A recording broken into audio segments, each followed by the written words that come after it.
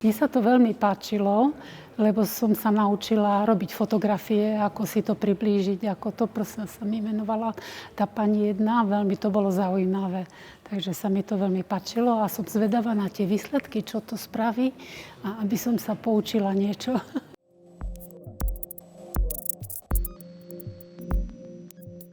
Tak ja si myslím, že áno, že tým prístupom a pôsobením na iných ľudí, tým kľudom a tými možnosťami, ktoré to umenie dáva, takže si myslím, že je to možné.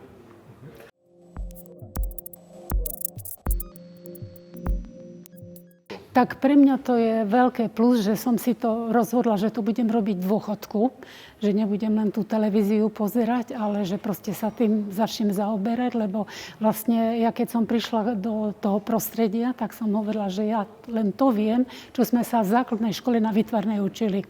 Takže ja od piky potrebujem všetko vedieť, a postupne som sa to začala učiť a bola som medzi kolektívom, že chodím na tie plenéry do Banskej Štiavnice, do Poľska, do Maďarska, proste do Čiech, a proste poznáva človek nových ľudí. Toto je dôležité, že človek spoznáva nových ľudí a tiež sa vie naučiť od nich nejaké. Vždy od každého sa niečo naučí, že každý plenér je nejakým prínosom.